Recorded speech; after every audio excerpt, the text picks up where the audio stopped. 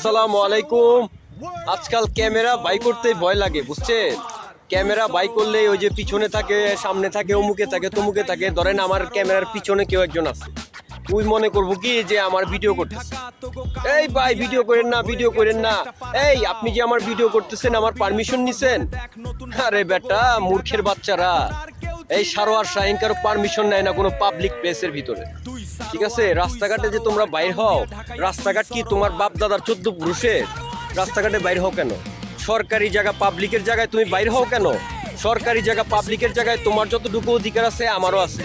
আমি আমার camera by করে আমি প্রকৃতির ভিডিও করুম, আমি নদীর ভিডিও করুম, আমি আমার ভিডিও করুম, আমি যা ইচ্ছা তাই ভিডিও করুম। এটা আমার একান্ত ব্যক্তিগত ব্যাপার। তুমি রাস্তায় বাইরে এসেছো, তুমি কি তোমার নিজের প্রপার্টির ভিতরে আছো?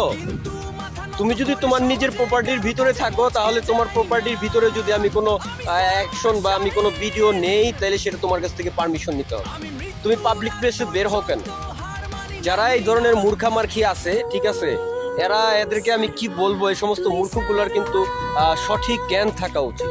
এটা একটা পাবলিক প্লেস, পাবলিক প্লেসের ভিতরে আপনার আপনার যথেষ্ট রাইট আছে। আপনি আপনার ক্যামেরা বের করবেন, আপনি কার ছবি তুলবেন না তুলবেন, এটা আপনার একান্ত ব্যক্তিগত ব্যাপার। এখানে কিন্তু কারো কোনো জোর জবরদস্তি বা পারমিশন এসবের কিন্তু কোনো আসলে প্রয়োজন নেই। তো বন্ধুরা, সবাই ভালো থাকবেন, সুস্থ থাকবেন। আসলে অনেক কিছুই যেটা মানুষের বোঝার ভুল, তো এই সমস্ত বোঝার ভুল থেকে আমরা সবাই বেরিয়ে আসবো এবং সঠিক যে শিক্ষা এবং জ্ঞান এগুলো অর্জন করার চেষ্টা করবো ইনশাআল্লাহ। আসসালামু আলাইকুম ওয়া রাহমাতুল্লাহ।